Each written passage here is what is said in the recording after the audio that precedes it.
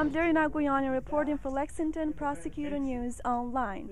Today, I'm reporting from Frankfurt at parole hearing regarding medical release of convicted murderer William Bennett, who shot Deputy Sheriff Joe Angelucci in 1988. This is the third time that I have come to Frankfurt and asked that Joe's killer not be released from prison. Luckily, the first two meetings they put off another hearing, but the one today is of a different nature, and I feel a little uneasy because of medical reasons. Wait, why are you here today? Well, I'm here today, secondly, as the Sheriff of Fayette County, but I'm here primarily as Deputy Sheriff Joe Angelucci's dear friend. He and I served at the Office of Sheriff back in the early 80s. We were the two youngest team members at the Sheriff's Office during that time, and he was just a close personal and family friend. So we're here to support him. We're here to ensure that the life he lived continues on, that will always be a legacy at the Sheriff's Office. I made a commitment to Judge Angelucci and Mrs. Angelucci that we would always be at every parole hearing into eternity.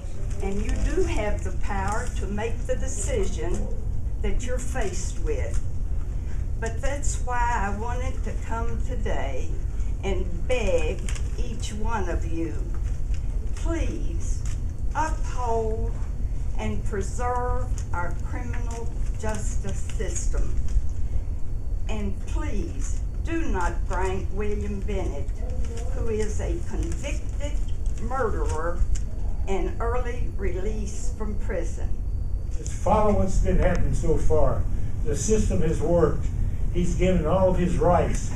Let crime victims have their rights. Let that happen. Don't set aside a jury of 12 people who heard the testimony, who don't want him on the street again. Don't let that be on your mind other than continue to do the right thing. My question to them and to you is, who's going to pay the medical expenses if he gets out?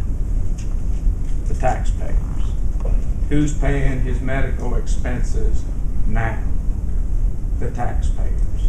I hope this doesn't become another part of the Department of Corrections checkbook justice, because that's what it seems like to me. People get sick in the penitentiary every day. People have died in the penitentiary. If his families were behind the request, other than the Department of Corrections, and they want him released, they can sure get him from the penitentiary if he dies there, and they can bury him wherever they want to. But I think this is really, in a sense, a waste of time. It puts a bigger burden on the Department of on the victims, such as us. And I didn't like coming, but naturally I had to do the best I can to oppose it. And Ray Larson and his office have done so much to ensure that they remember him as long as all of us are around. Thanks for watching Lexington Prosecutor News Online. See you next time.